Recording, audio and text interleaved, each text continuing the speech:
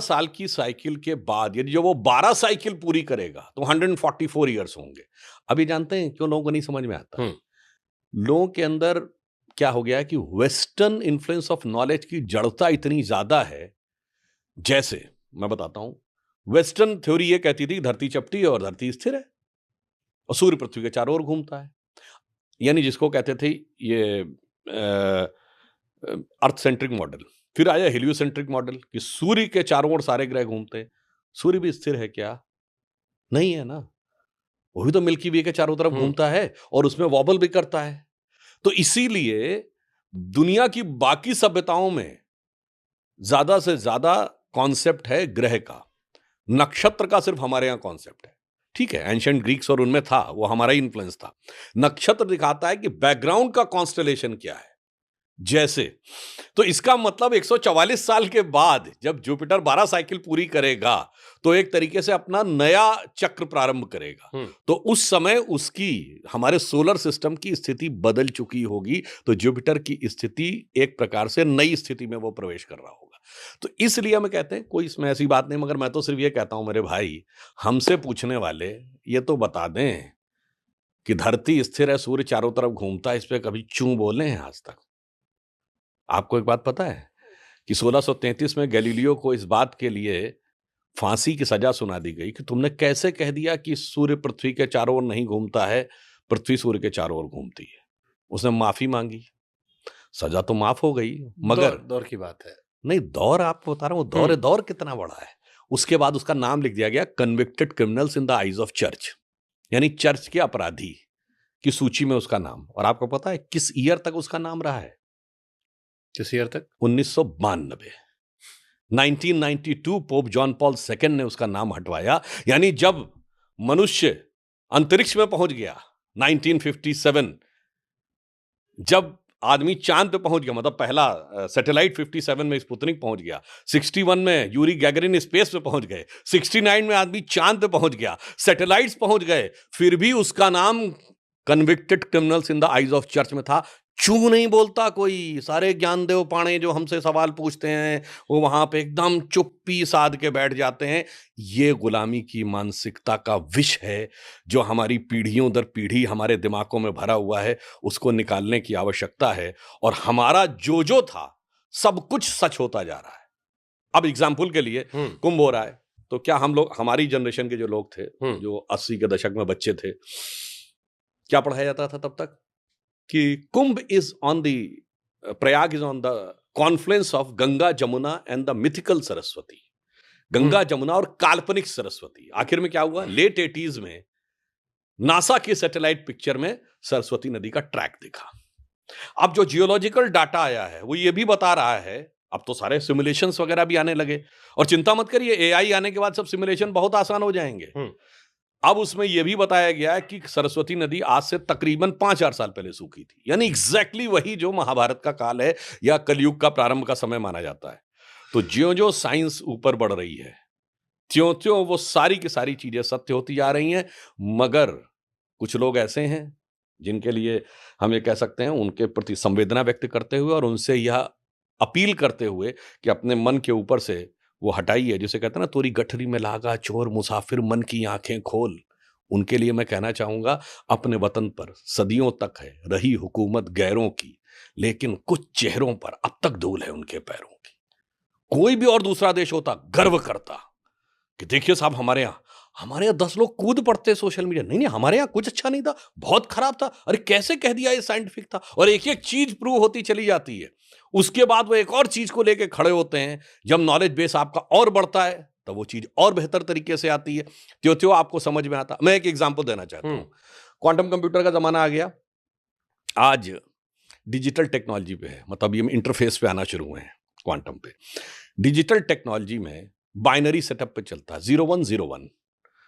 तो ऐसी लैंग्वेज जिसमें मात्रा पाई है ही नहीं, तो उसमें इंटरफेस की तो जरूरत नहीं है। ABCD, अंग्रेजी में कोई मात्रा पाई नहीं है, तो बाइनरी सेटअप के लिए बहुत अच्छी है। 0101, A और नॉट, B और नॉट। तो डिजिटल एरा में उनको लग रहा है कि वो तो बहुत अच्छा है, पर जिंदगी भर क्या टेक्नोलॉजी डिजिटल प्लेटफॉर्म पे रहेगी? नहीं।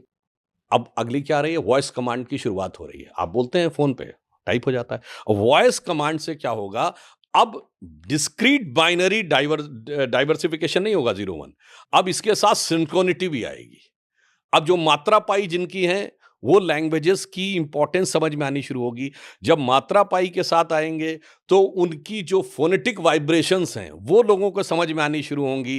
फिर उन फोनेटिक वाइब्रेशंस की जब सोनोग्राफिक रिसर्च होगी तो आने वाले कुछ दशकों के बाद ये समझ में आएगा कि इस वाइब्रेशन का इम्पैक्ट शरीर पे क्या होता है। तो उन लोगों से कह दीजिएगा ना जो बताते हैं वेदों में क्या है, वो अभी से समझ लें कि अभी जो लेटेस्ट डिस्कवरी है साइंस की, वो 2012 में जो हिग्स बोसॉन खोजा गया, वो क्या है?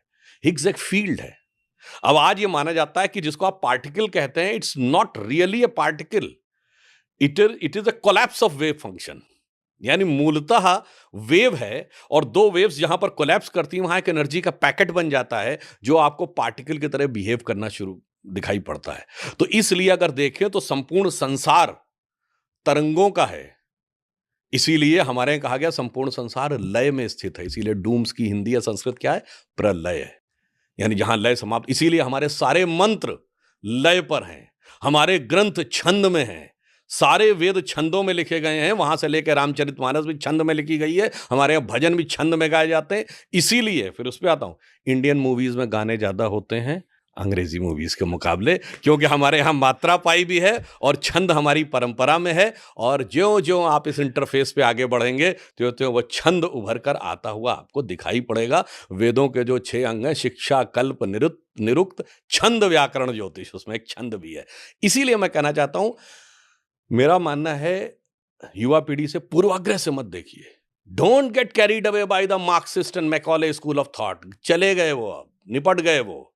अब एक नए तरीके से देखिए और बिल्कुल ईमानदारी से देखिए, बिल्कुल एब्सोल्यूट। मैं कहता हूं पूरी ईमानदारी से जो क्वेश्चन पूछना है पूछिए, मगर वो मैकाले और उसका वो डब्बा अपने दिमाग से हटा दीजिए, उसके बाद आप पूछिए तो समझ में आएगा। अब इसीलिए मैंने कहा ना, पार्टिकल और वेव दोनों को समझिए। अब ये मैं आपको बताना चाहता हूं, मेरे मन में तो बचपन से थॉट आया। लाइट देख रहे हैं, मैं उन सारे लोगों से पूछता हूं ना जो कहते हैं कि साहब पहले बता दीजिए।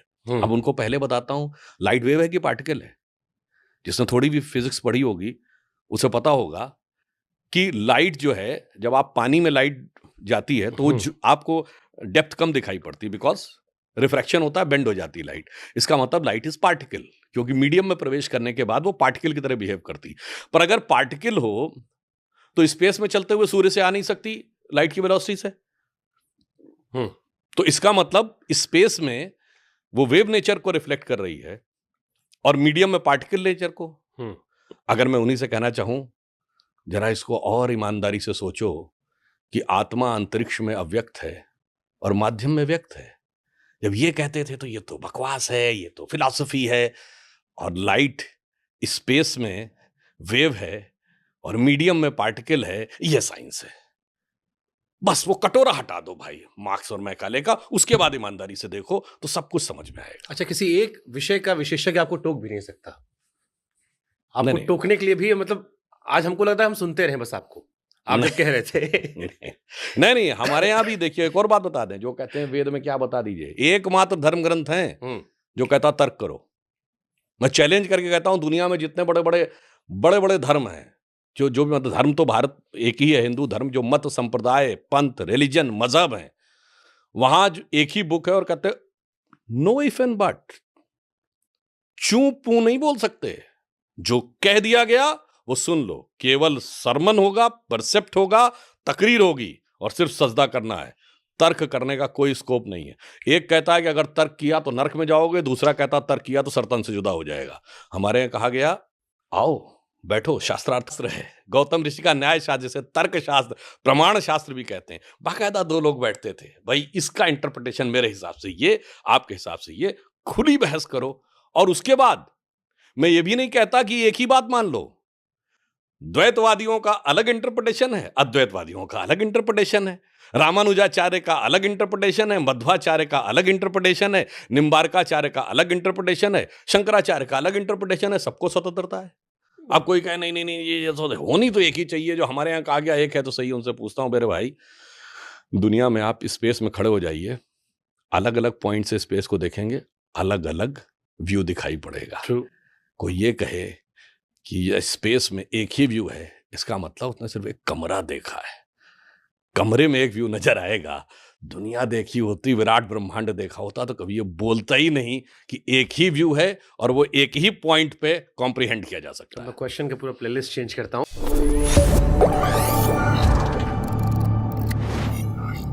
Hello what's up guys. तो आपको लिए सिद्धांशु त्रिवेदी जी का लाइव वीडियो मतलब पॉडकास्ट वीडियो मैं आपके लिए अपलोड कर दिया हूँ। आप इसको पूरा वॉच करना और अपने ओपिनियन देना कि कैसा है वीडियो, और सुधांशु जी के बारे में कमेंट अच्छा कमेंट कीजिएगा। ऐसे ही मैं आपके लिए और वीडियो लाते रहूँगा, आप हमारे साथ बनी रहिए। अभी पार्ट 1 आपके लिए अपलोड कर रहा हूँ, सेकेंड पार्ट भी अभी थोड़े देर बाद में अपलोड कर रहा हूँ, आप बस बने रहिए। अगर आपको वीडियो अच्छी लगे तो हमारे चैनल को सब्सक्राइब भी करें, लाइक भी करें और शेयर भी करें ज़्यादा से ज़्यादा, क्योंकि ये शुभंकर मिश्रा जी के तरफ से आया है ये पॉडकास्ट। आप भी वॉच कीजिए और दूसरे भी वॉच करिए। ठीक है सर, धन्यवाद।